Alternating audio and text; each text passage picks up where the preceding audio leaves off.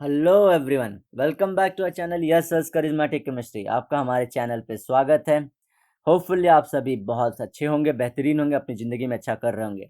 सो जी, इसी आशा के साथ कि आप लोग हमारी वीडियोस को अच्छे से देख रहे हैं और हमारी इसी तरह से जो नई वीडियो, ये नया सीरीज जो मैं स्टार्ट करने जा रहा हूँ, दैट इज़ 11th की बायोलॉजी को भी आप सेम सपोर्ट दिखाओगे और इसे अपने दोस्तों में भी शेयर करोगे। तो जो फर्स्ट चैप्टर मैं लेने जा रहा हूँ, I will not go according to the index. मैं फर्स्ट सेकंड थर्ड चैप्टर ऐसे नहीं जाऊँगा। मैं सीधा जो इंपॉर्टेंट चैप्टर वहाँ से ले रहा हूँ, फिर उसके बाद मैं हर एक चैप्टर आपको कंटिन्यू करते रहूँगा। सो आज का जो हमारा टॉपिक है that is cell structure and organisation. इसका मतलब क्या है कि हम जानेंगे इसमें कि सेल का स्ट्रक्चर कैसे होता है, एक्चुअली सेल दिखता कैसे है, और हर एक ऑर्गेनिज्म, लिविंग ऑर्गेनिजम्स में ये कैसा होता है। जैसे कि अगर मैं बात कर दूँ बैक्टीरियाज के अंदर कैसा होता है, वायरसेस में होता है या कैसे होता है ये, जब हमारे बॉडी के बाहर होता है तो ये कौन सी कंडीशन में होता है, और हमारी बॉडी के अंदर होता है तो कौन सी कंडीशन में होता है। इसी तरह से डिफरेंट डिफरेंट एनिमल्स के अंदर ये सेल का स्ट्रक्चर कैसा है। ऑर्गेनाइजेशन मतलब क्या हुआ? ऑर्गेनाइजेशन मतलब जब ये सेल एक साथ आते हैं या एक साथ टिश्यू बनते हैं तो उसमें काम कैसे करते हैं, और इनके अंदर के जो, किसी सेल के अंदर के जो इंग्रेडिएंट्स हैं, जैसे कि आपको डिश बनाते हो तो उसके अंदर बहुत सारे इंग्रेडिएंट्स होते हैं, वो काम क्या करते हैं। जैसे सॉल्ट का काम क्या है, जनरल में एग्जांपल ले रहा हूँ, जैसे सेल में सॉल्ट हम नहीं बोलते, ऐसे ही उसका क्या रोल है, स्पाइसेस का क्या रोल है। इसी तरह से हमारे सेल के अंदर पार्ट्स होते हैं बहुत सारे, से राइबोसोम होता है, माइटोकॉन्ड्रिया होता है, थोड़ा डीएनए होता है, फिर इसी तरह साइटोप्लाज्म होता है, गोल्गी कॉम्प्लेक्स है, बहुत सारे नाम मैं ले सकता हूँ जो होते हैं। वो क्या काम करते हैं, उनका फंक्शन क्या है, और वो पूरे चीज़ों को कोऑर्डिनेट कैसे करते हैं, तो ये चैप्टर में हम यही पढ़ने वाले हैं।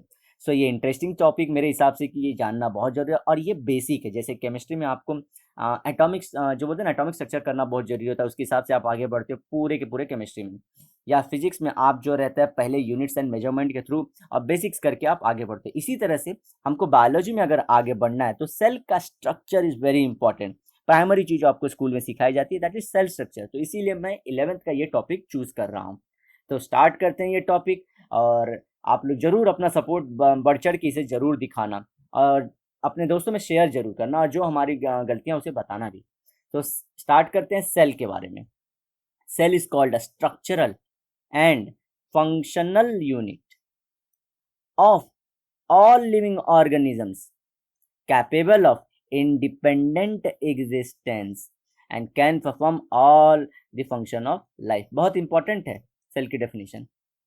ठीक है, ये आपके बोर्ड के एग्जाम में आ सकता है कि डिफाइन, बोर्ड के एग्जाम में आ सकता है कि डिफाइन सेल। तो सेल को जनरली बच्चे ऐसे लिखेंगे, इसी structural and functional unit of the body. तो इसमें थोड़ा सा आगे बढ़ा के लिखना कि of all the living organism that are which are capable of independence, independent existence, मतलब जो अकेले भी रह सकते हैं, उनके अंदर सेल होता है। जैसे कि हमारा जो वायरस होता है, वो जब हमारे बॉडी के बाहर रहता है ना, वो डेड होता है। ये शायद से बहुत सारे लोगों के लिए न्यू होगा, लेकिन आप शायद से इसे चैलेंज भी करना चाहोगे, जाके एक बार नेट का सर्फिंग कर लेना तो आप लोग को पता भी चल जाएगा। लेकिन जो जब वो हमारी बॉडी में एंटर कर जाता है वाया किसी भी मीडियम, एयर, वाटर, और हमारी जो बोलते हैं ना स्नीज के थ्रू, किसी भी थ्रू के, जिसे बोलते हैं ड्रॉपलेट ट्रांसमिशन के थ्रू भी फैलता है, तो वो एक्टिव हो जाता है हमारी बॉडी में, और उसके बाद वो मल्टीप्लाई होना स्टार्ट कर देता है। तो कुछ इस तरह से होता है। तो वो जो ऑल दी, यहाँ से हम लोग को आता है कि इंडिपेंडेंट एग्जिस्टेंस, खुद अकेला रहने के कैपेबल होता है। और लाइफ के जो फंक्शन हो, जैसे हमारी ह्यूमंस में तो बहुत कॉम्प्लेक्स फंक्शन है, जैसे कि हमको चलना होता है, सोचना होता है, ब्रीथ करना होता है, ब्लड का सर्कुलेशन, एक्सक्रीशन, बहुत सारे फंक्शन है। लेकिन कुछ बैक्टीरिया में सिंपल होता है, लेकिन उनके भी बेसिक नीड्स होते हैं, जैसे खाना ग्रैब करना, जैसे हम लोग बोलते हैं कि इंगल्फ करते हैं, इंगल्फिंग ऑफ द फूड। ठीक है, तो वो फूड इंगल्फ करते हैं, फिर इसे बाहर भी निकालते हैं डाइजेस्ट। तो वो कैपेबल अगर है, कोई भी चीज अगर सेल उसकी कैपेबल है, तो उसे या तो कोई भी बॉडी पार्ट्स कैपेबल, तो उसे सेल बोलेंगे। ये ध्यान रखिए, समझ गया आप लोग को? जो फंक्शन कर पा रहा है किसी का कोई भी बॉडी पार्ट या रह पा रहा है, तो वो सेल है। समझ गए आप लोग? तो यहाँ से ध्यान रखना आपको। अब आगे बढ़ते हैं। To see cell clearly we need a microscope.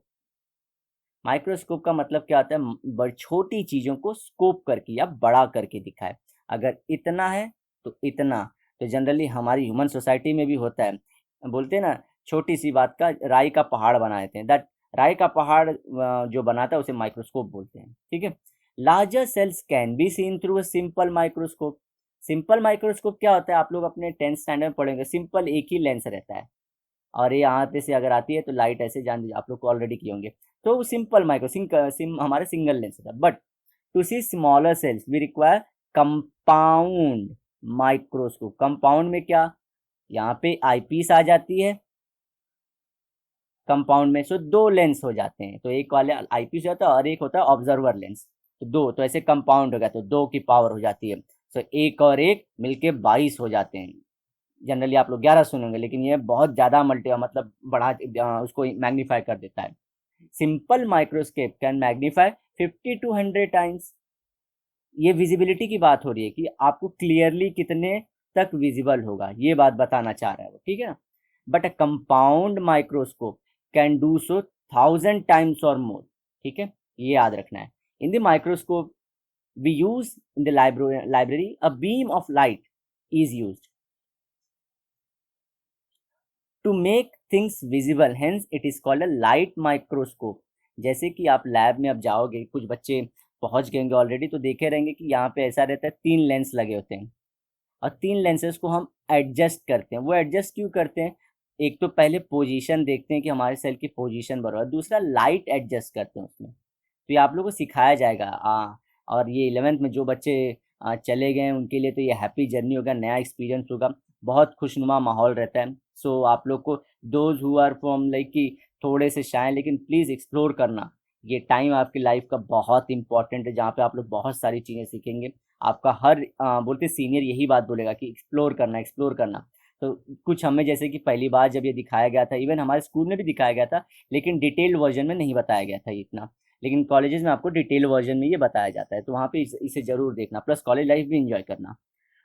To see interior of cell, अब बात हो रही है सेल तो देख लिया, अब इसके सेल के अंदर भी देखना है। We need a electron microscope.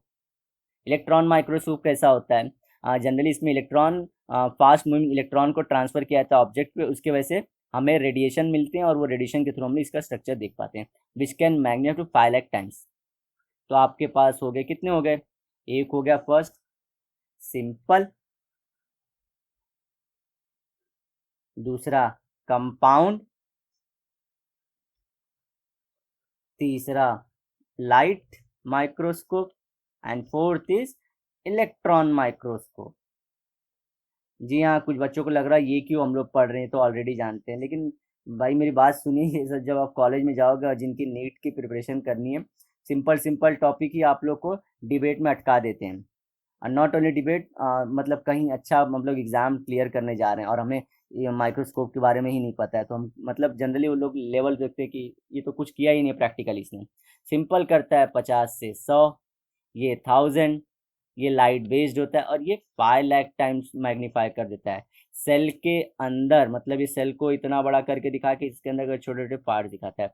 इसका मतलब क्या, आप जो डायग्राम देखोगे आगे, उसके अंदर सबके अंदर क्या किया है, इलेक्ट्रॉन माइक्रोस्कोप, क्योंकि उसके अंदर की चीज़ देख पाएंगे हम। बाहर बाहर से देखना है तो सिंपल और कंपाउंड, और सिंपल और कंपाउंड के बारे में बता दिया मैं कि क्या है। सो हर एक सब्जेक्ट लिंक है, देखिए ये दोनों फिजिक्स से लिंक हुआ अभी, कि लेंस यूज हो गया, एक सिंगल लेंस और डबल लेंस हो जाता है, तो कैसे सिंपल है कैसे कंपाउंड है। चलिए तो आगे बढ़ते हैं हम आगे। अब देर इज नो, तो ये तो हो गया साइज हमारा, कितना मैग्निफिकेशन हो सकता है। अब हम आगे बढ़ रहे हैं कि सेल के बारे में थोड़ा देखेंगे। There is know typical shape of the cell. Cell may be spherical, rectangular, flattened, polygonal, oval, triangular, conical, columnar। समझ गए। जैसे कि आप लोग कॉलमनार सेल के बारे में तो पढ़ते भी हो कि स्ट्राइटेड, नॉन स्ट्राइटेड, ऐसे आप लोग ऑलरेडी अगर नहीं भी किया तो मैं ये 11th में वापस से रिवाइज करवा दूंगा, क्योंकि ये चैप्टर है हमको मसल टिश्यूज़ के बारे में। तो वो स्पेरिकल भी हो सकता है, ओवल भी हो सकता है, ट्रायंगुलर भी हो सकता है, तो आप लोग को ध्यान रखना, फ्लैटेंड मतलब चपटा, वैसा भी हो सकता है, कॉनिकल भी हो सकता है। तो ये बहुत सारे टाइप के हो सकते हैं आपके सेल का शेप। शेप की बात हो रही है तो कोई पर्टिकुलर शेप आपको नहीं बताना है, वेरियस। और कभी कभी जो इसमें नहीं बोला, इरेगुलर शेप होता है, जैसे यूनिसेलुलर्स में ये इरेगुलर शेप का होता है। कोई भी शेप आप ना ले, जैसे अमीबा का हो गया, कोई भी शेप ये ले लेता है, ठीक है ना। अब देखते हैं, शेप की बात तो हो चुकी, अब बढ़ते हैं साइज के ऊपर। तो साइज कैसी होती है, size varies greatly in various plants and animals. कुछ बच्चे को जब सेल के बारे में बोले तो वो एनिमल सोचते हैं, नहीं जी, अपने दिमाग में प्लांट भी डाल लीजिए, बैक्टीरिया भी डाल लीजिए, इवन छोटे छोटे हमारे अमीबास, अरे बोल रहा हूँ मैं, वायरसेस को भी ध्यान रखिए, तो ये सब सेल का पार्ट है। Some of them are not visible to naked eyes, naked eyes मतलब आप अपने नॉर्मल आंखों से नहीं देख पाओगे इसे। Some are barely visible while some are macroscopic, macroscopic मतलब दिख सकता है, सिंपल, बड़ा है वो। The smallest cell size can be seen in the mycoplasma, mycoplasma क्या होता है, बैक्टीरिया, ये स्मॉल बैक्टीरिया, ध्यान रखना है आप लोग को, ठीक है। आप लोग अगर नहीं ये सब किंगडम के बारे में नहीं जाने कि किंगडम्स कैसे वो डिवाइडेड हैं, तो प्लीज़ मेरी पास्ट की वीडियोस मैंने एनिमल क्लासिफिकेशन के ऊपर किया, तो उसकी फर्स्ट जो वीडियो है मैंने उसमें इसी के बारे में बात किया कि कौन से किंगडम को कौन बिलोंग करता है, तो जाके वहाँ पे आप डिटेल में देख लीजिए। 0.3 माइक्रोमीटर, 0.3 माइक्रोमीटर मतलब क्या हो गया, एक माइक्रोमीटर मतलब क्या होता है, 10⁻⁻⁶ मीटर, ध्यान रखना है। तो मतलब ये क्या बहुत छोटा है, 10⁻⁻⁶ टाइम मीटर का है, ठीक है। बैक्टीरियल साइज, बैक्टीरियल सेल मतलब नॉर्मल बैक्टीरिया जो होते हैं 3 to 5 माइक्रोमीटर होता है। While largest size of cell is seen in ostrich egg, surprise हो गया ना कि वो भी सेल है, इंपॉर्टेंट, नियरली 15 सेंटीमीटर। और आजकल तो चैनलों पे इसे दिखाया भी जाता है आजकल, पहले तो नहीं इतना ज़्यादा सबको पता था, लेकिन आज ये आप लोग बोलते हैं ना यूट्यूब और कहीं के, इसके थ्रू देख सकते हैं इसको, या डायग्राम में गूगल इमेज में देख सकते हैं। Longest cell are nerve cell, longest मतलब क्या, लंबा, नर्व सेल लंबा मतलब कैसे, ये कुछ, एक सेकेंड, हमारे आपको मतलब न्यूरॉन से बने रहते हैं, तो एक ऐसा एक न्यूरॉन तो उसका ऐसे कंटिन्यूस चेन रहती है, ऐसे ये बने होते हैं, तो ये लॉन्गेस्ट मतलब इन द चेन के फॉर्म में। एक्सॉन्स होते हैं, साइटॉन्स होते हैं, ये सब हम करेंगे, ठीक है, साइटॉन्स, और इनके बीच में इलेक्ट्रिकल कंडक्टिंग मटेरियल होता है। माइलिन शीथ के बारे में मालूम है आप लोगों को, माइलिन शीथ होता है यहाँ पे। माइलिन शीथ आप लोगों को एक बात है कि जिसने माइलिन शीथ के पूरे बारे में डिस्कवरी की थी, इसकी फंक्शनैलिटी क्या होती है, कैसे ये नर्व को बहुत दूर तक पहुँचाने में हेल्प करता है। माइलिन शीथ क्या है, फैट की लेयर है एक, इसके लिए नोबेल प्राइज़ मिला, इसकी फंक्शन बताने के लिए। आप लोग को सुन के शौक होगा, लेकिन नोबेल प्राइज़ मिला इसी के लिए। तो ये सब आपको हम देखेंगे, डिटेल में सब करेंगे, अच्छे से करेंगे, उस पर ध्यान रखिए। You already know that cell theory was proposed by Swan and Slidon. स्वान स्लीडन, स्लीडन ने बोला था, एक्चुअली क्या बोला था, स्लीडन ने बोला था प्लांट में जो फंक्शनल यूनिट है, प्लांट के अंदर बोला था कि वो सेल है। स्वान ने बोला एनिमल के अंदर जो यूनिट है वो सेल है। तो ये दोनों का मिला के बोल दिया कि भाई प्लांट्स और एनिमल दोनों के अंदर जो फंक्शनल और स्ट्रक्चर यूनिट है वो सेल है। बात समझ गए, दोनों अलग अलग काम किए थे, एक ही साथ में काम नहीं किए थे, एक ने प्लांट पे किया था, एक ने एनिमल पे किया था। How in this theory there was no explanation about the formation of new cell. ये बेचारे लोग उतने पुराने ज़माने के, ये लोग क्या बता पाएंगे कि न्यू सेल कैसे बनता है, मतलब क्या, समझिए एक सेल है, या ह्यूमंस को ही ले लीजिए, तो ह्यूमंस हमको पता है कि डेली हमारे पास इंजरी आती है तो नया सेल आता है, तो ये नया सेल आता कैसे है, ये बेचारे लोग नहीं बता पाए थे। हाँ, लेकिन ये बता पाए थे कि एक छोटा सा सेल होता है जो हमारी बॉडी में होता है। It was Rudolf Virchow, Rudolf Hitler नहीं बोलना है, ठीक है, Rudolf Virchow, who explained for the first time that new cells are formed by the cell division from the pre-existing cells only. Omnis cellula cellula, ध्यान रखिए, omni cellula सेल्ला मतलब क्या, ये लैटिन वर्ड है, तो इसका मतलब क्या कि ये समझिए सेल है हमारी बॉडी का, समझिए मेरा स्किन का सेल है, यही आगे डिवाइड होता है, फिर ये आगे डिवाइड होता है। तो आप माइटोसिस मियोसिस पढ़े हैं ना, उसी की बात हो रही है, माइटोसिस मियोसिस। इसके लिए भी मैंने वीडियो बना दी बहुत डिटेल में ग्राफिक्स के थ्रू, 10th की इसमें थी तो ऑलरेडी मैंने वहाँ पे अपलोड कर दिया, लेकिन इसका जो एक्सप्लेनेशन है मैंने बहुत अच्छे से हर एक लेवल के लिए दे दिया है।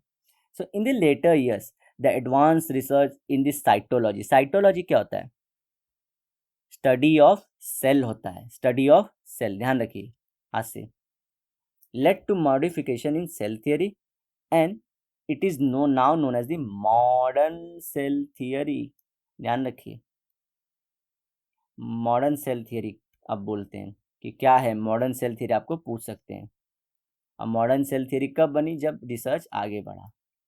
तो स्क्लेडन और स्वान का भी अपना बोलते हैं कंट्रीब्यूशन था, फिर रुडोल्फ विर्को का भी अपना कंट्रीब्यूशन था, उन्होंने बताया कि कैसे बनता है सेल। उसके बाद और एडवांस आए तो थर्ड, तो एक पॉइंट हो गया हमारी ये स्टार्टिंग वालों के लिए, दूसरा हो गया रुडोल्फ के लिए, एंड थर्ड हो गया मॉडर्न सेल थियरी के लिए। तो आप लोग को इसी बहाने याद भी हो। तो पहले हमने क्या देखा था, माइक्रोस्कोप, फिर इसका शेप की बात की थी कि हमारे सेल का शेप क्या होता है, इरेगुलर भी हो सकता है, ट्रायंगुलर ओवल शेप का भी हो सकता है। उसके बाद की बात की थी हमने किसकी, साइज की। तो साइज में हमने माइकोप्लाज्मा देखा था, माइकोप्लाज्मा के बाद हमने देखा कि बैक्टीरिया, और उसके बाद लार्जेस्ट सेल और लॉन्गेस्ट सेल के बारे में बात की हमने। अब आगे बढ़ते हैं। अच्छा दोस्तों, ये बहुत इंपॉर्टेंट है, मैं आपको एम्फेसाइज करूंगा कि इसे एक बार आप लोग जरूर देखिए। ये देखिए नीचे स्केल दिया गया है यहाँ पे। जनरली कैसे है, एक के बाद 100 लिखिए, फिर 10, फिर 1, फिर 100, फिर 10, फिर 1, वापस से वही काम रिपीट करना है आप लोग को। देखिए यहाँ पे 100, 10, 1, 10, 100, फिर देखिए 1, 10, 100, फिर वापस से। तो माइक्रोमीटर, नैनोमीटर कितना होता है, 10⁻⁹। इसी से बच्चे आर्मस्ट्रॉन्ग से कंफ्यूज जाते हैं, आर्मस्ट्रॉन्ग 10⁻10 होता है। ठीक है, ये ध्यान रखना है। अब यहाँ पे 0.1 नैनोमीटर का आपका एटम होता है। सबसे छोटा देखिए कौन सा लिविंग हमारे ऑर्गेनिज्म सबसे छोटा देख रहे हैं, वायरस। सबको छोटा होता है, कितना होता है ये भी ध्यान रखिए, 100 नैनोमीटर। ये चाहे तो मैं आपको बिना देखे भी बना के बता सकता था, लेकिन एग्जैक्टनेस रखिए कि कैसे रखना है। और जो विजिबल मतलब बोलते हैं ना 1 मिलीमीटर का, 1 millimetre equals to how many metre, आप मुझे कमेंट सेक्शन में थोड़ा लिख के बताइए तो। और फिर ह्यूमन नेक, ह्यूमन नेक मतलब किसकी बात हो रही है, हमारे फीमेल ओवरी से निकला हुआ, ओवरी से निकला हुआ एग, उसकी बात हो रही है। पोलन क्या होता है, प्लांट का पार्ट है पोलन, प्लांट। फिर यहाँ पे देखिए प्लांट सेल और ये एनिमल सेल। प्लांट सेल में सेल वॉल होता है, इसलिए देखिए बाहर रफ स्ट्रक्चर दिखा है। हमारे यहाँ सेल वॉल मेंशन अरे एब्सेंट होती है, इसलिए देखिए सेल वॉल नहीं दिखाया गया। फिर आरबीसी होती है, आरबीसी क्या करती है, कैरी O2 किसके थ्रू, HB के थ्रू, हीमोग्लोबिन। माइटोकॉन्ड्रिया क्या करता है, इसे बोलते हैं पावर हाउस, ये जहाँ पे प्रोड्यूस होता है एनर्जी। फिर बैक्टीरिया देख रहे हैं, बैक्टीरिया का ये यहाँ पे हमारा बैक्टीरिया का फ्लैजेला दिखा रहा है। और सबसे छोटा वायरस, जिसका एक एग्जांपल है फ्लू वायरस। फ्लू क्या होता है, जनरली जिससे डायरिया होती है, डिसेंट्री होती है लोगों को, उसको फ्लू वायरस बोलते हैं, इन्फ्लुएंजा वायरस। उसके बाद आता है प्रोटीन, लिपिड्स और कार्बन 60, और सबसे छोटा जो 0.1 नैनोमीटर का एटम। तो इसे याद कर लीजिए, डिबेट में काम में आएगा। और प्लस इंटेलिजेंट जो भी है, एटलीस्ट आप लोग को जिसको भी नीट करना है, इतना तो इंटेलिजेंट भाई या बहनों आपको होना ही पड़ेगा, सर एंड मैम आपको इतना तो इंटेलिजेंट रहना ही पड़ेगा कि ये सब जानते रहें कि किसका साइज़ कितना था। क्यों बताओ, जैसे कि अगर कोई N95 मास्क है आपके पास, तो ये मास्क कौन सी बेसिस पे बना है, ये क्या क्या रोक सकता है। तो इसमें जो आप मास्क देखते हो, इसके अंदर ऐसे ऐसे छोटे छोटे होल्स होते हैं। ये होल्स डिसाइड करता है कौन अंदर जाएगा, कौन बाहर आएगा। समझ गए आप लोग, कौन सा एयर, मतलब इसके थ्रू वायरस जा सकते हैं कि नहीं, एयर जा सकता है कि नहीं। अगर एयर नहीं जाएगा तो सफोकेशन से इंसान मर जाएगा। तो कितना छोटा रखें कि सिर्फ वायरस अटक जाए लेकिन एयर आता जाता रहे। तो ये सब ध्यान रखना होता है आप लोग को, कुछ भी रिकमेंड नहीं कर। आप लोग समझिए कि अस्थमा के पेशेंट को एकदम जो बोलते हैं ना, जो सबसे स्मॉल होल वाला है वो रिकमेंड कर दो, मर जाएगा वो। क्योंकि एक तो वैसे ही उसको ऑक्सीजन की दिक्कत होती है, प्लस आपने और छोटे साइज वाला मास्क दे दिया उसको। तो ऐसे आपको याद रखना है। So those who want to become doctor, ये थोड़ा देख लीजिए, एक बार आप लोग पढ़ लोगे हमेशा के लिए माइंड में रहेगा ये। टोटीपोटेंसी ध्यान रखिए, टोटीपोटेंसी, टोटीपोटेंसी के बारे में देखेंगे। इट इज अ कैपेसिटी और the potential of living nucleated cell, जिसके बाद न्यूक्लियस होता है। ये सेल होता है, ये न्यूक्लियस है, और इसके बाजू ये सब साइटोप्लाज्म है। To differentiate and divide, to form any other type of cell and thereby a complete new organism. चलिए बताते हैं क्या होता है। देखिए डिफरेंशिएशन वर्ड को हम थोड़ा लाइटली लेते हैं। डिफरेंशिएशन मतलब क्या, देखिए समझिए ये बेबी ह्यूमन का जाइगोट बन चुका है, जाइगोट, फिर एम्ब्रियो बनेगा, देख रहे हैं। तो ये जाइगोट से एम्ब्रियो बहुत सारे ऐसे बन जाएंगे, देख रहे हैं। एम्ब्रियो क्या मल्टी सेलर है, ये सब बन गया। तो ये क्या बोला था कि द और टाइप के सेल बनता है। अब उससे ये एम्ब्रियो से क्या बनेगा, डिफरेंशिएशन होगा। डिफरेंशिएशन मतलब क्या, यहाँ से लीवर के सेल बनेंगे, हार्ट के कुछ सेल, ये हमारे लंग्स के सेल बनेंगे, फिर कार्डियक सेल बनेंगे जो हमारे हार्ट के सेल हैं। ठीक है, ऐसी है डिफरेंशिएशन। डिफरेंशिएशन मतलब क्या, अलग अलग सेल, अलग अलग टिश्यू बनाना, इसको डिफरेंशिएशन बोलते हैं। सर डिवीजन अलग चीज़, और डिवीजन मतलब मल्टीप्लाई होकर अलग अलग मतलब मल्टीप्लाई होना, और डिफरेंशिएशन मतलब स्पेशलाइजेशन होना सेल का, उसे बोलते हैं डिफरेंशिएशन। तो सेल खुद डिवाइड होता है, तो डिवीजन से क्या होता है, देखिए यहाँ पे पूरा का पूरा एक नया ऑर्गेनिज्म 9 महीने बाद एक बेबी प्रोड्यूस करेगा ह्यूमंस के अंदर। और सिंबल हमारे बैक्टीरियाज में क्या, एक सेल डिवाइड होकर दूसरा सेल देता है वापस से, तो ये न्यूबॉर्न रहता है उसका।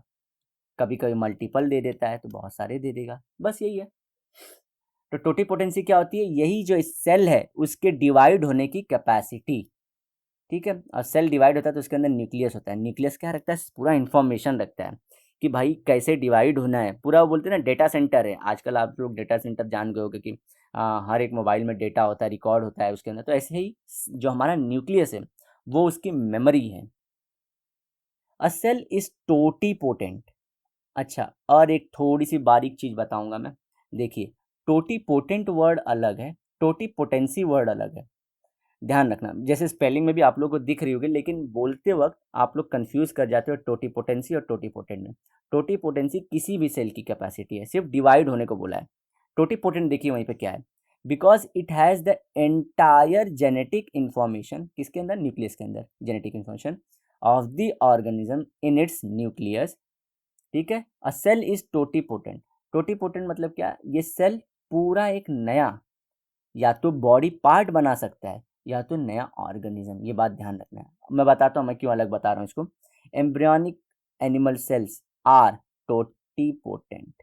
एम्ब्रियोनिक मतलब क्या, देख रहा है यहाँ पे एम्ब्रियो बना, जाइगोट कैसे बनता है, मेल स्पर्म फीमेल एग के मर्जर से बनता है जाइगोट।